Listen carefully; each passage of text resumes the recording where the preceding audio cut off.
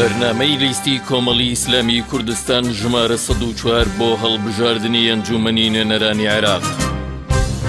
کۆمەڵی ئیسلامی کوردستان عێراق بەشداریەکات لە هەڵبژاردنەکانی ئەنجومەنی نوێنەرانی عێراق بۆ ساڵی 2018 بە لیستی سربەخۆی ژمارە 104 لە پارێزگاکانی هەولێر و سلێمانی و دهۆک و تێکۆشێت بۆ هێنانەدی ئەم بەرنامەی خوارەوە.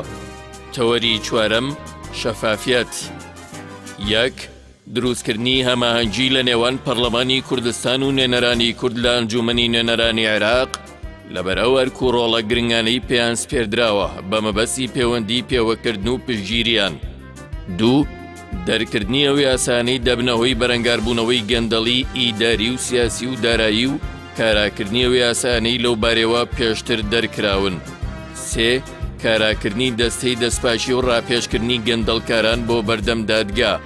چوار، جەختکردنەوە لە سەرنجامدانی سەرژمێری گشتی لە سەرتاسەری عێراقدا بە مەبەستی ڕێخستنەوەی زانستیانە و دادگەرانەی بابەتەکانی وەکو بوجەی گشتی عێراق و هەرێمی کوردستان و ئامادەکردنی تۆمارێکی دەنگدەرانی پاک و بێگەرد و زانینی ژمارە و ڕێژەی پێکاتەکان.